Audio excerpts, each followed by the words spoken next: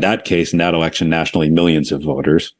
And looking at that in the context of prior elections. And so when you look at the states where Democrats were particularly successful and outperformed expectations, places like Michigan, Pennsylvania, Arizona, Nevada, and elsewhere, that was something that was apparent in the early vote. And then when we think of places where Democrats were underperforming, places like New York, California, Florida, Texas, that was also apparent. You saw a lack of enthusiasm and intensity from Democrats. And that was really the uneven effect of Dobbs that we're seeing. It was a question of where the stakes were clear and present and where they weren't as clear and present.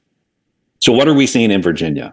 I'll give you the headline first, and then I'll dig into the data. Everything we were seeing in the early vote is consistent with a very close election in both chambers, especially when we look at these targeted districts. A lot of the analysis some of you have probably heard is probably focusing on statewide numbers, which, as you know, is really not relevant at this point. So what we're doing is zooming into the individual targeted districts. When we look at turnout so far, over 300,000 Virginians have already cast a ballot. In these targeted districts, turnout is generally somewhere between 5,000 and 10,000 votes, some a little bit less, some a little bit more. But it's enough data to begin to draw conclusions. And I emphasize begin, right? The early vote tells us one part of a mathematical equation. The rest of it will be determined over the coming 2 weeks and a few days. And then, of course, on election day. In the end, we expect about a third, maybe a little bit less than a third of votes in this election to be cast before election day, the rest on election day. So what we're seeing from a partisan perspective, I think it's clear, it's not a secret, that Republicans under Trump's leadership generally shied away from voting before election day, especially mail voting. I think they realized that was a liability, certainly in the 2020 elections. If not in 2020, in 2022, we saw Republicans nationally recognizing that this was a big problem for them, that their voters were not taking advantage of the tactical opportunity that Democrats have frankly out-organized Republicans on. In Virginia, we have seen Republicans investing significantly in getting their voters out before election day. And you are seeing some limited level of success in that. You are seeing a larger share of Republicans voting before election day than we saw last year, or than we saw in 2021. It is worth noting that the overwhelming majority of those voters who have turned out already, these Republican voters are being brought out, are voters who are likely voters who are, what we would call super voters who likely would have voted on election day anyhow, but they are turning out some new voters. That said, when you look at the Democratic turnout, especially in these key districts, Democrats are matching, if not exceeding, their raw turnout levels from both 2022 and 2021.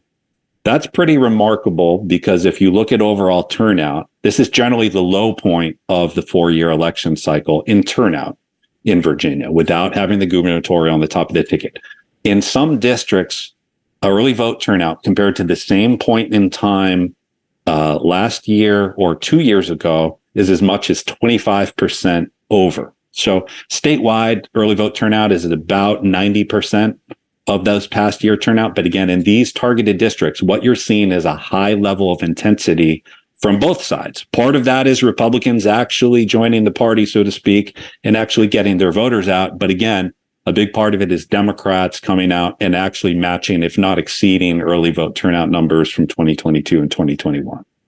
From a demographic perspective, we are seeing, I'll note, and again, I'm not going to go through all the details, happy to answer questions after, but from a demographic perspective, African-American turnout is one thing that has stood out to me. African-American turnout has actually exceeded, from a statewide perspective and in these targeted districts, previous turnout.